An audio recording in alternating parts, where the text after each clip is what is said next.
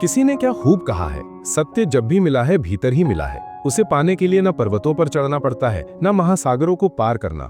सत्य कहीं बाहर नहीं छिपा, वो हमारे अपने हृदय के मंदिर में विराजमान है। जो अपने मन को शांत कर लेता है, जो अपने भीतर झांकने का साहस करता है, वही उस सत्य का दर्शन कर पाता है। क्योंकि ईश्वर, आत्मा और सत्य तीनों एक ही स्थान पर निवास करते हैं और वो स्थान है हमारा अपना हृदय। जय श्री कृष्ण। मित्रों, जहां हम आपके जीवन को आध्यात्मिक और प्रेरणादायक विचारों के माध्यम से सकारात्मक दिशा देने का सतत प्रयास करते हैं, आप श्रवण कर रहे हैं श्रीमद् भगवद गीता के अध्यायों की एक नई श्रृंखला, जिसका आज हम बात करेंगे श्रीमद् भगवद गीता के 7वें अध्याय की और समझेंगे कि इस अध्याय से हमें क्या क्या ज्ञान और प्रेरणाएं मिलती है, वो भी बहुत ही सरल भाषा और सहज शब्दों में। यदि ये दिव्य यात्रा आपको प्रेरणादायक लगे तो इसे शेयर करके अवश्य आगे बढ़ाएं और कमेंट में जय श्री राधे कृष्ण लिखकर अपनी श्रद्धा भी प्रकट करें। भगवान श्री कृष्ण द्वारा अर्जुन को प्रदत्त श्रीमद् भगवद गीता का 7वां अध्याय ज्ञान विज्ञान योग दिव्य अध्याय है, जिसमें भगवान स्वयं अपने वास्तविक स्वरूप, अपनी माया, अपनी शक्ति और अपनी प्राप्ति के रहस्यों का उद्घाटन करते हैं। ये वो अध्याय है जहां भक्त और भगवान के संबंध को आत्मा और परमात्मा के मिलन के रूप में समझाया गया है। इस अध्याय में श्री कृष्ण ये बताते हैं कि सच्चा ज्ञान केवल शास्त्रों या शब्दों से नहीं, बल्कि आत्मानुभूति से प्राप्त होता है। भक्ति, श्रद्धा और पूर्ण समर्पण ही वो मार्ग है जो मनुष्य को संसार की माया से परे ले जाकर ईश्वर तक पहुंचाता है।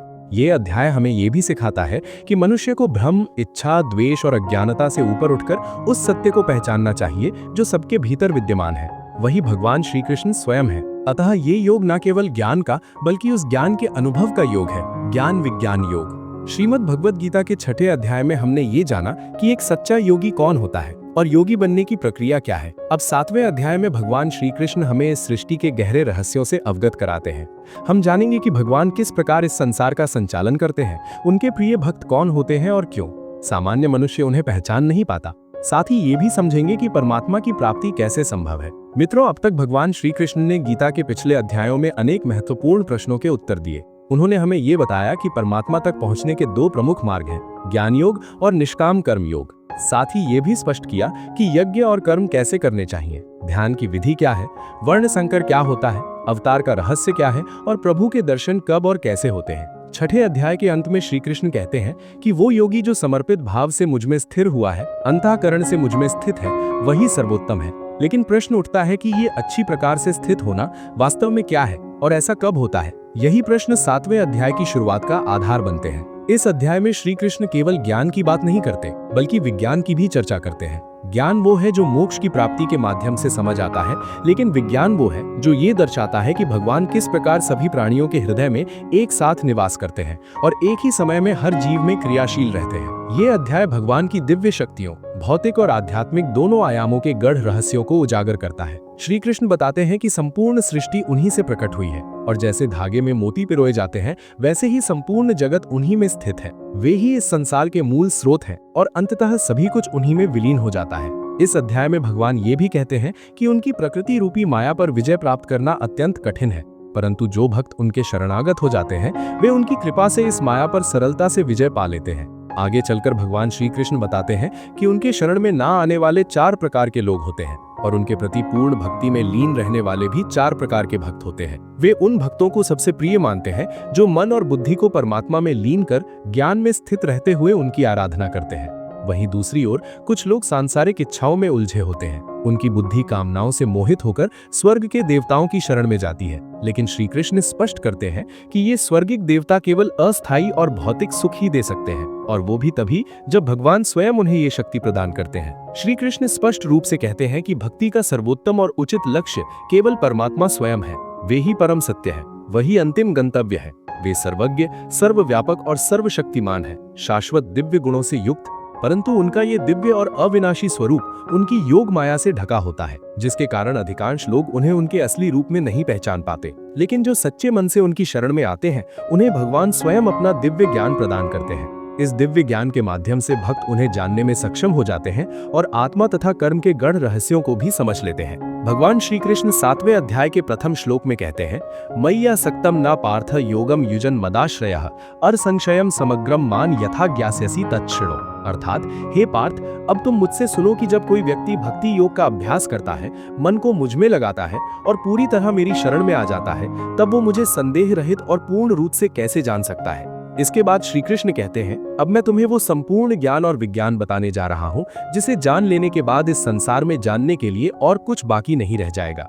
लेकिन हे अर्जुन, हजारों मनुष्यों में से कोई एक मुझ तक पहुंचने का प्रयास करता है और उन प्रयास करने वालों में से भी कोई बिरला ही वास्तव में मुझे जान पाता है, मुझ में पूर्ण समर्पण और प्रेम करता है। फिर भगवान प्रकृति के तत्वों की बात करते हुए बताते हैं, ये जो पृथ्वी, जल, अग्नि, वायु, आकाश, मन, बुद्धि और अहंकार है, ये मेरी अपराशक्ति के 8 घटक हैं जो जड़ प्रकृति कहलाती है। परंतु हे महाबाहु अर्जुन, इसके अतिरिक्त भी मेरी एक पराशक्ति है, चेतन शक्ति, जो संपूर्ण सृष्टि को धारण करती है, और वो है जीवात्मा। यही जीव शक्ति इस संसार के समस्त प्राणियों की जीवन ऊर्जा है। ये प्रकृति अनादि है और सनातन रूप से चलती आ रही है। तुम ये जान लो कि इस जगत के समस्त प्राणी मेरी इन्हीं 2 शक्तियों, जड़ और चेतन के संयोग से उत्पन्न होते हैं। मैं ही इस समस्त सृष्टि का मूल कारण हूं और अंततः ये सब मुझ में ही विलीन हो जाता है। भगवान श्री कृष्ण कहते हैं, सारा संसार मुझ पर उसी प्रकार निर्भर है जैसे धागे में मोती पिरोए होते हैं। फिर भगवान अपने व्यापक स्वरूप को समझाते हुए कहते हैं, मैं वेदों में पवित्र ओम हूं, आकाश में गूंजती ध्वनि हूं और समस्त प्राणियों में विद्यमान सामर्थ्य हूं। वे आगे कहते हैं, मैं पृथ्वी की शुद्ध सुगंध हूं, अग्नि का तेज हूं, सभी प्राणियों में जीवन शक्ति हूं और तपस्वियों का। यही जीव शक्ति इस संसार के समस्त प्राणियों की जीवन ऊर्जा है। ये प्रकृति अनादि है और सनातन रूप से चलती आ रही है। तुम ये जान लो कि इस जगत के समस्त प्राणी मेरी इन्हीं 2 शक्तियों, जड़ और चेतन के संयोग से उत्पन्न होते हैं। मैं ही इस समस्त सृष्टि का मूल कारण हूं और अंततः ये सब मुझ में ही विलीन हो जाता है। भगवान श्री कृष्ण कहते हैं, सारा संसार मुझ पर उसी प्रकार निर्भर है जैसे धागे में मोती पिरोए होते हैं। फिर भगवान अपने व्यापक स्वरूप को समझाते हुए कहते हैं, मैं वेदों में पवित्र ओम हूं, आकाश में गूंजती ध्वनि हूं और समस्त प्राणियों में विद्यमान सामर्थ्य हूं। वे आगे कहते हैं, मैं पृथ्वी की शुद्ध सुगंध हूं, अग्नि का तेज हूं, सभी प्राणियों में जीवन शक्ति हूं और तपस्वियों का तप हूं। हे अर्जुन, समझो कि मैं ही सभी प्राणियों का मूल बीज हूं, बुद्धिमानों की बुद्धि और शक्तिशालियों का तेज भी मैं ही हूं। इसके बाद भगवान प्रकृति के त्रिगुणात्मक स्वरूप का वर्णन करते हैं। ये प्रकृति 3 गुणों से युक्त है, सत्वगुण, रजोगुण और तमोगुण। ये सभी मेरी शक्ति से उत्पन्न होते हैं। ये संपूर्ण सृष्टि इन्हीं गुणों से मोहित हो रही है, लेकिन मैं इन गुणों से परे हूं, इसीलिए लोग मेरी सच्ची पहचान नहीं कर पाते। श्री कृष्ण बताते हैं कि ये दिव्य शक्ति माया अत्यंत बलवान है और इसे पार कर पाना कठिन है, लेकिन जो मेरे सच्चे शरणागत होते हैं वे मेरी कृपा से इसे सहजता से पार कर लेते हैं। भगवान ये भी स्पष्ट करते हैं कि 4 प्रकार के लोग मेरी शरण में नहीं आते। वे जो ज्ञान से वंचित हैं, वे जो अपनी हीन प्रवृत्तियों में लिप्त रहते हैं, वे जो आलस्य और भ्रम के कारण सत्य को स्वीकार नहीं करते, और वे जो आसुरी स्वभाव वाले हैं। ये लोग माया के जाल में फंसे रहते हैं और ईश्वर को समझ नहीं पाते। श्रेष्ठ अर्जुन, 4 प्रकार के पवित्र लोग मेरी भक्ति में लीन रहते हैं। कोई दुख और संकट में मुझे याद करने वाला, कोई ज्ञान की जिज्ञासा रखने वाला अर्थात मुझे जानने की इच्छा रखने वाला जिज्ञासु, कोई संसार के स्वामित्व की अभिलाषा रखने वाला और कोई जो पहले से ही मुझे जानने वाला परम ज्ञान में स्थित ज्ञानी। इनमें से मैं उन्हें श्रेष्ठ मानता हूँ जो ज्ञान युक्त होकर मेरी आराधना करते हैं, मुझे भजते हैं और दृढ़तापूर्वक अनन्य भाव से मेरे प्रति समर्पित रहते हैं। मैं उन्हें बहुत प्रिय हूं और वे मुझे अत्यंत प्रिय हैं। ये चारों ही प्रकार के भक्त दयावान होते हैं, लेकिन ज्ञानी पुरुष तो मानो जैसे मेरा ही रूप हो। और ज्ञानियों में भी वह व्यक्ति जो मुझे बहुत सारे जन्मों से मानता आया है, वह मृत्यु के पश्चात मुझ में ही समा जाता है। मित्रों, मुक्ति और भोग दोनों ही भगवान से मिलते हैं, तो फिर सभी को एकमात्र परमात्मा का भजन करना चाहिए, ध्यान करना चाहिए। फिर भी लोग इधर उधर क्यों भटकते हैं? इस प्रश्न को 7वें अध्याय में भगवान श्री कृष्ण स्पष्ट करते हैं। वे कहते हैं, आप जहां जहां जा रहे हैं वहां मैं ही तो हूं, लेकिन वो तरीका, वो विधि सही नहीं है। भगवान बताते हैं कि कामनाओं ने अर्थात इच्छाओं ने जिनके मन को हर लिया है, वे मुझसे भिन्न अन्य देवताओं की शरण में चले जाते हैं। जो भक्त अपनी किसी इच्छा पूर्ति के लिए जिस जिस देवता के स्वरूप को जिस श्रद्धा के साथ पूजना चाहता है, मैं उसी देवता के प्रति उसकी श्रद्धा को स्थिर कर देता हूँ और वो भक्त उन्हीं देवताओं को प्राप्त हो जाता है। लेकिन ये फल अधिक समय तक नहीं टिकता और यदि कोई भक्त किसी भी प्रकार से मेरी ही पूजा करता है तो उसे मैं अपना ही बना लेता हूँ। जो मूर्ख मुझे जन्म लेने और मरने वाला मानते हैं वे मुझे प्राप्त नहीं कर पाते। मैं भूतकाल, वर्तमान और भविष्य तीनों कालों को जानता हूँ, जबकि श्रद्धा रहित लोग मुझे नहीं जान पाते। आखिर कोई भगवान को क्यों नहीं जान पाता है? इस पर श्री कृष्ण कहते हैं, हे भरतवंशी, इच्छा और द्वेष के वशीभूत होकर संसार के जितने भी मनुष्य और प्राणी हैं, नर नारी, सभी मोह को प्राप्त हो जाते हैं, इसीलिए वे मुझे जान नहीं पाते। जिसे आराधना कहते हैं उसे योग कहते हैं, ध्यान कहते हैं, अभ्यास कहते हैं, चिंतन कहते हैं। जो ऐसा करते हैं, जिन भक्तों ने अपने पापों को नष्ट कर दिया है, वे इन सभी मोह माया से मुक्त होकर अंत में दृढ़ रहकर उसी मार्ग पर टिके रहते हैं और मुझे भजते हैं। वे मेरी शरण में आकर उस चक्र से, जिसे जन्म और मृत्यु का चक्र कहा जाता है, मुक्ति पाने का प्रयास करते हैं। जो भक्त इस सांसारिक मोह और माया को छोड़कर श्रेष्ठ कर्मों का आचरण करते हुए मेरी भक्ति करते हैं, वे इस मृत्यु के बंधन से मुक्त होकर अंततः मुझ में ही समा जाते हैं। मित्रों, आज के समय के अनुसार श्रीमद् भगवद गीता के 7वें अध्याय का सार इस प्रकार समझा जा सकता है। जब हम अपने जीवन में कोई लक्ष्य तय करते हैं तो समय के साथ हम अक्सर उस लक्ष्य को भूलने लगते हैं। इसका कारण है जीवन में आने वाले अनगिनत भटकाव। जैसा कि भगवान श्री कृष्ण ने कहा, माया के जाल में फंसा हुआ व्यक्ति भगवान को भी भुला देता है। उसी प्रकार कई बार बहुत परिश्रम करने वाला व्यक्ति भी अपने मार्ग से भटक जाता है और सोचने लगता है कि लक्ष्य वगैरह सब निरर्थक है, अभी तो जीवन का आनंद लो, कल क्या होगा कौन जानता है।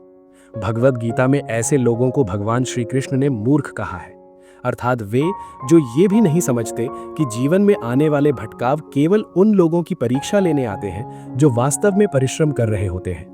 कोई व्यक्ति इन भटकावों में उलझ जाता है तो कोई उन्हें पार कर सफलता प्राप्त कर लेता है, और जो निरंतर बिना रुके बिना डिगे अपने लक्ष्य की ओर अग्रसर रहता है, वही व्यक्ति जीवन में सच्ची सफलता का अधिकारी बनता है। मित्रों, ज्ञान विज्ञान योग हमें ये समझाता है कि जब तक हम संसार के सुख दुख, लाभ हानि, मोह माया के बंधनों में उलझे रहेंगे, तब तक ईश्वर को जान पाना असंभव है।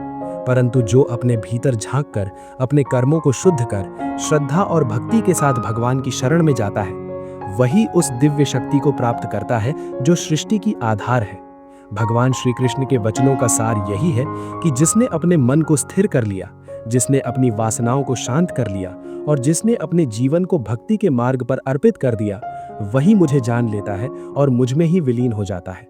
इस अध्याय का संदेश अत्यंत गूढ़ परंतु जीवन के हर क्षेत्र में उपयोगी है। ये हमें सिखाता है कि सच्ची सफलता, सच्चा सुख और सच्चा ज्ञान सब कुछ भगवान की कृपा में निहित है।